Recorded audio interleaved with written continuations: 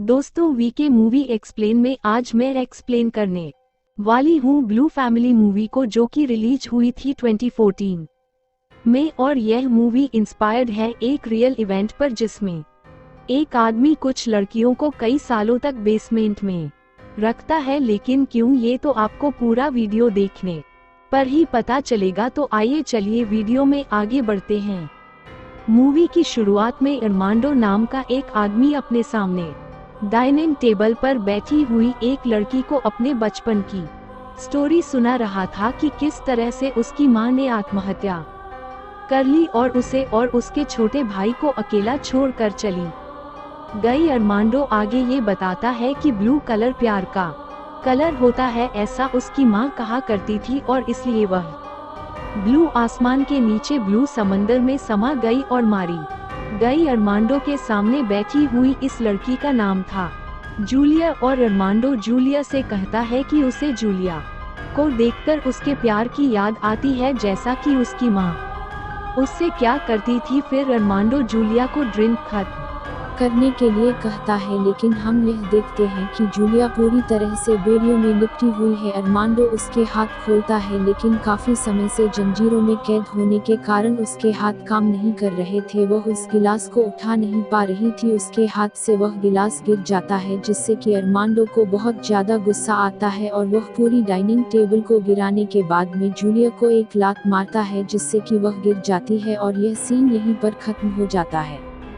फिर अगले दिन में हम यह देखते हैं कि अरमांडो बेसमेंट में है, जहां पर जूलिया बंधी हुई थी। वह जूलिया से कहता है कि वह बस अपनी फैमिली बनाना चाहता है और वह सब मिलकर साथ साथ खुशी से रहेंगे। वह उसका पूरा ख्याल रखेगा और हमेशा उसके साथ रहेगा, और फिर यह सीन यहीं पर खत्म हो जाता है।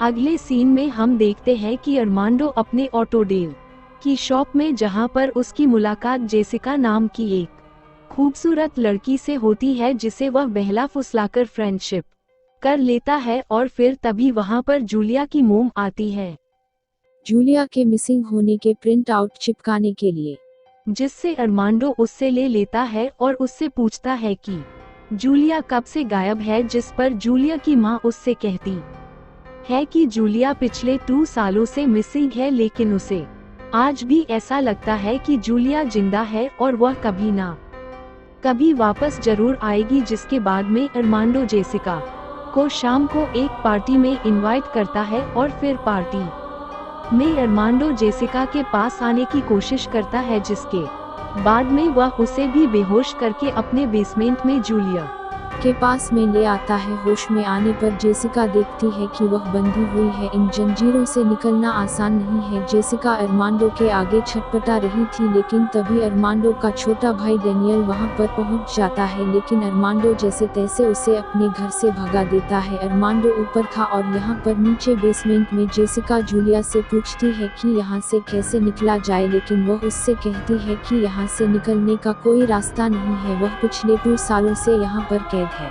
और यहाँ से निकलने के लिए वह सब कुछ ट्राई कर चुकी है, लेकिन उसके पास में यहाँ से निकलने के लिए अब एक रीजन है, जिसे सुनकर जेसिका को कुछ भी समझ नहीं आता है। फिर सीन कट होता है और हम देखते हैं कि अरमांडो जूलिया का ख्याल रखता है। वह उसे डिनर लाकर देता है और उसे खुद अपने हाथों से नहलाता है। फिर अरमांडो अपने भाई डेनियल के साथ में एक पार्टी में जाता है, और यहाँ पर बेसमेंट में जूलिया जेसिका को बताती है कि अरमांडो अपनी एक फैमिली बनाना चाहता है और वह अरमांडो के बच्चे की मां बनने वाली है। जूलिया जहां 2 सालों से है और वह नहीं चाहती है कि उसका होने वाला बच्चा भी यहां पर कैद रहे। इधर पार्टी से वापस आने के बाद में अरमांडो अपने भाई और उसकी गर्लफ्रेंड एरन को अपने घर डिनर पर इनवाइट करता है, और डिनर करते समय अरमांडो एरन के ड्रिंक में चुपके से बेहोशी की दवाई मिला देता है, जिससे एरन बेहोश हो जाती है। डेनियल यह समझ नहीं पाता है कि एरन को आखिरकार हुआ क्या है, और फिर अरमांडो डेनियल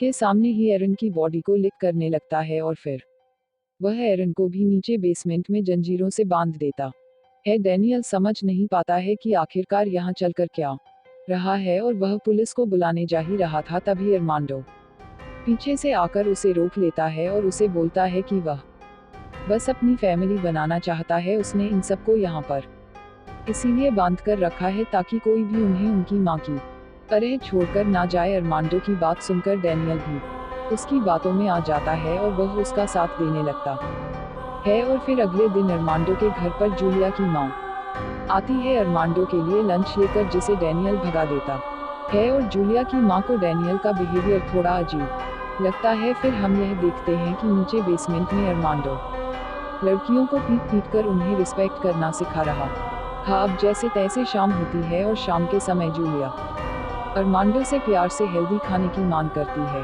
और वह उस खाने को लेने के लिए चला जाता है, लेकिन बाकी की दो लड़कियां जूलिया पर हमला कर देती है क्योंकि उन्हें ऐसा लग रहा था कि जूलिया अरमांडो से मिली हुई है, क्योंकि वह उससे बहुत ही ज्यादा प्यार से बातें कर रही है। जिस पर जूलिया सबको यह साफ कर देती है कि वह बस अपने पेट में पल रहे बच्चे के लिए यह सब कर रही है, क्योंकि यह बच्चा उसके पेट से ही जन्म लेगा। फिर हम देखते हैं कि डैनियल नीचे जूलिया के पास आता है और जूलिया और बाकी की लड़कियों को खाना देता है। जूलिया डैनियल से कहती है कि सब लड़कियां ठीक से बाथरूम में शावर लेना चाहती है, क्योंकि वह सब यहाँ पर बहुत दिनों से है और वह सब ठीक से नहीं है। और फिर जब अरमांडो वहाँ पर आता है तो गर्ल्स को अपने रूम में ले जाकर अपने रूम के बाथरूम में ही नहलाता है और बाथरूम में ही वह दोनों के साथ में इंटीमेट होता है। लेकिन यह दोनों लड़कियां कुछ भी नहीं कर पाती है। अब अरमांडो हर संडे को गर्ल्स को बेसमेंट से बाहर लाता था और सब साथ में ब्रेकफास्ट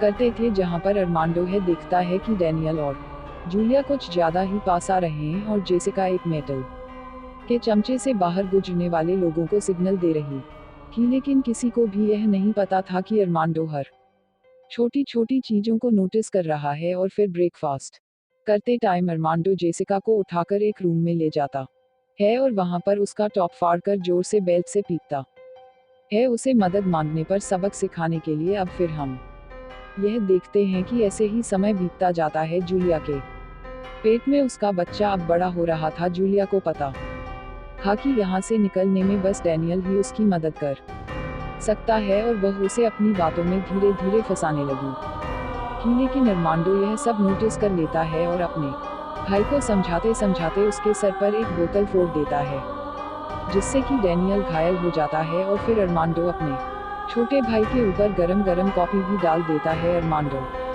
की ऐसी हरकतों से डैनियल भी समझ जाता है कि उसका भाई मेंटली डिस्टर्ब है, जो कि अपनी बात को मनवाने के लिए कुछ भी कर सकता है। और वह अपने भाई को धोखा देकर गर्ल्स को बचाने की कोशिश में लग जाता है। और फिर एक दिन डैनियल मौका पाकर अपने ही भाई को नशे की दवाई देकर चुपके से उन तालों की चाबियां चुरा लेता है, जो कि नीचे गर्ल्स के पैरों में बंधी हुई थी। और फिर नीचे बेसमेंट में जाकर गर्ल्स को चाबियां दे देता है। अरमांडो को जब होश आता है तो बेसमेंट से जूलिया जोर जोर से चिल्ला रही थी और अरमांडो को यह लगता है कि शायद जूलिया को लेबर पेन हो रहा है और वह जल्दी बच्चे को जन्म देने वाली है। अरमांडो जल्दी पास की केमिस्ट की दुकान से दवाइयां लेने के लिए चला जाता है, लेकिन उसे यह नहीं पता था कि यह सब एक नाटक है। जूलिया ने डैनियल के साथ में मिलकर यह प्लान बनाया था। जूलिया और बाकी की लड़कियां अरमांडो के जाने के बाद में डैनियल की दी हुई चाबी से अपने अपने ताले खोल रही थी, लेकिन तालियां इतनी सारी थी कि ताले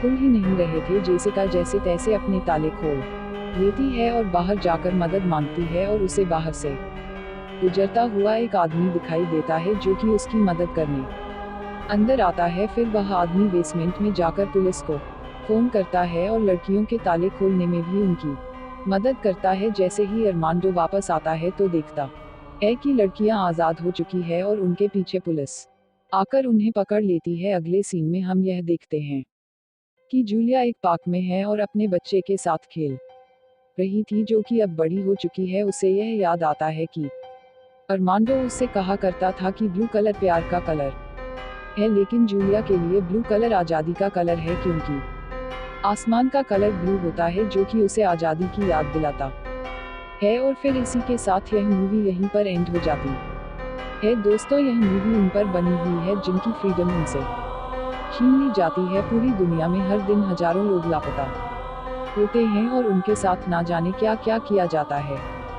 मूवी बताया गया है कि कैसे अरमांडो लड़कियों को कैद करके रखता है अपनी खुद की खुशहाल फैमिली बनाने के लिए, लेकिन खुशी किसी को कैद करने में नहीं बल्कि आज़ाद करने में है। मैंने अक्सर यह देखा है कि लोग खूबसूरत पक्षियों को अपने घर के पिंजरे में कैद करके रखते हैं सिर्फ डेकोरेशन और सुंदरता बढ़ाने के लिए, लेकिन सही मायने में उनकी जगह छोटे से पिंजरे में नहीं बल्कि खुले आसमान में है। हम अपनी खुशियों के लिए किसी और की खुशी को क्यों कुर्बान करें। आई होप दोस्तों वीडियो आपको पसंद आया होगा, और हाँ, अगर आपको मेरी वीडियो अच्छी लगती है कमेंट में अपना नाम सिटी टाइप करके भेजें ताकि मुझे भी यह पता चले कि हमारे चैनल को किन किन शहरों से प्यार मिल रहा है।